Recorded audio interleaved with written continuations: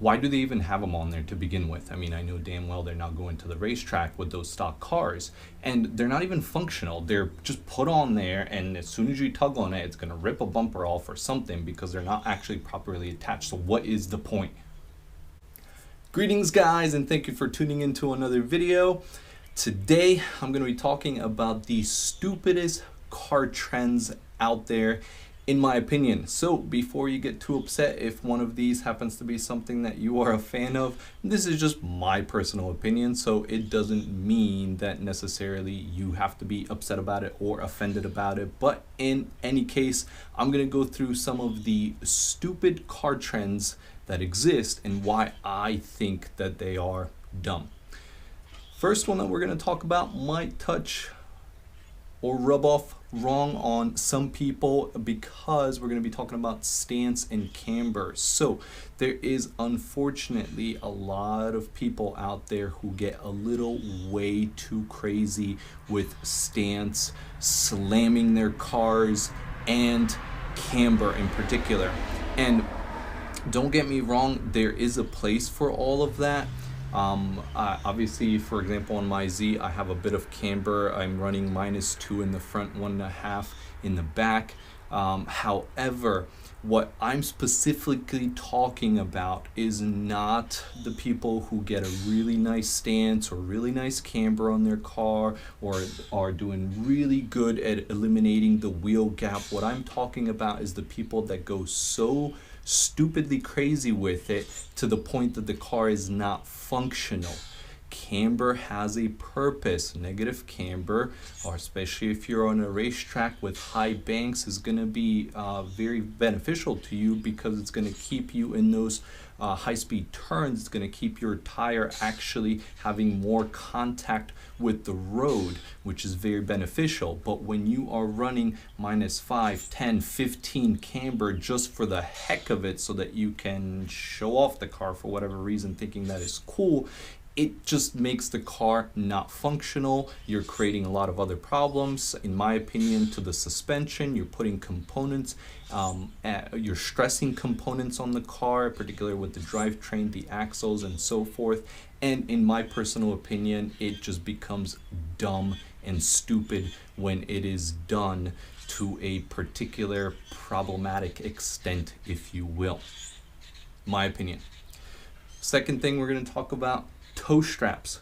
I don't know if this is a thing where you live, but for whatever reason here in Pennsylvania, and I don't know if it's my imagination, but I feel like I'm starting to see toe straps on everything, and to the point where it's annoying because it's getting put on stock vehicles.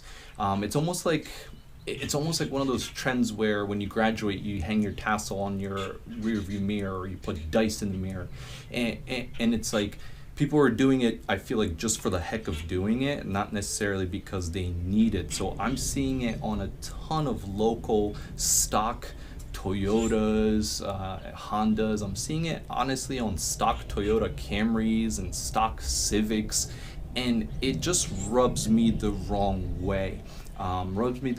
Because it's just being put on there for not an actual true reason. So the reason for a toe strap is if you go take your car to the track and you get in trouble and you fly off the track like I have done.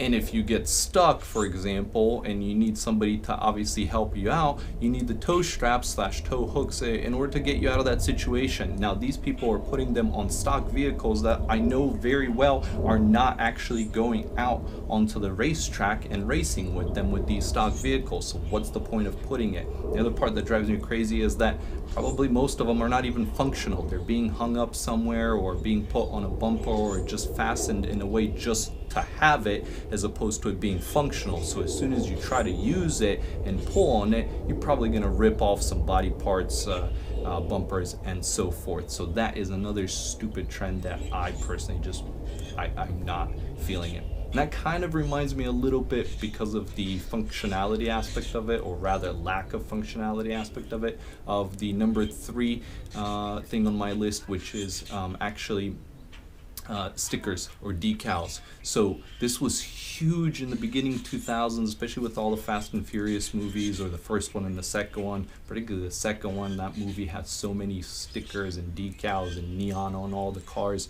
that so many people started doing it, and there's so many cars out there that, you know, ended up being same thing, stock cars with all these stickers on them, and InGen this and Greddy this and Tomei that and HKS this, Alpine that, whatever the case may be. NOS stickers, you know, on stock cars. And you, again, it's the same reasoning as to the toe straps.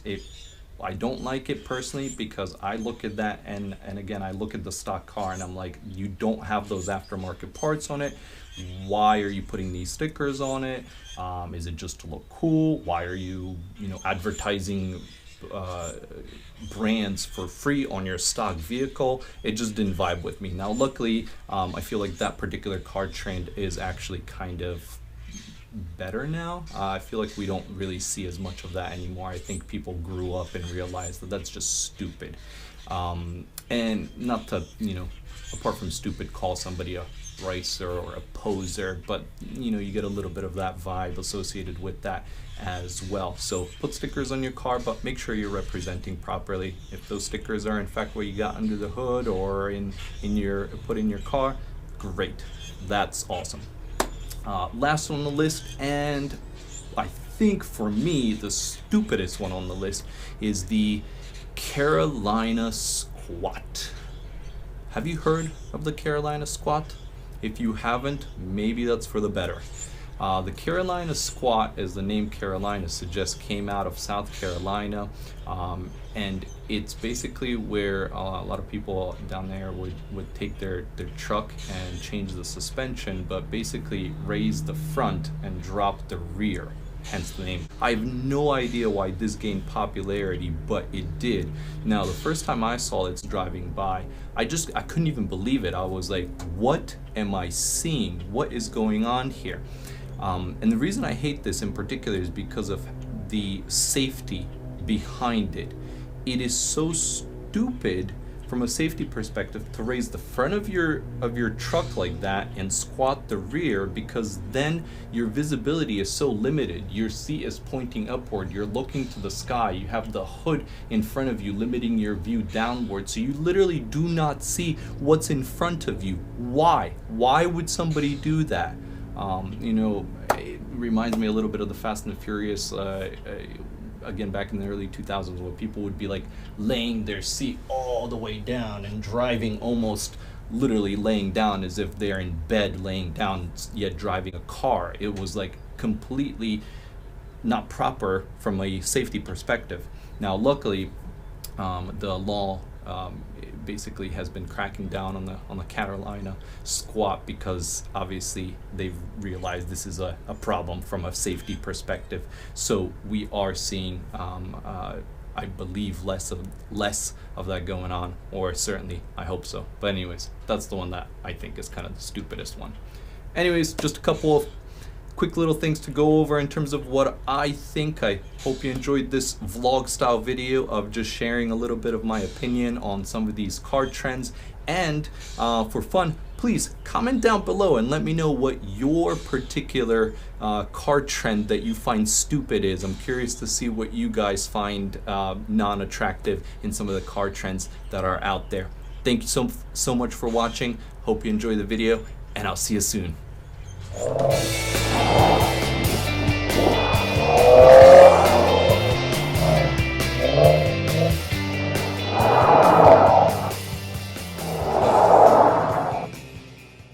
See, this is what I mean. I just got finished work and I'm walking outside, walking through the parking lot, and here's a Honda. Now, granted, it's a nice Honda, but there you are. Tow strap in the front. Is it actually functional?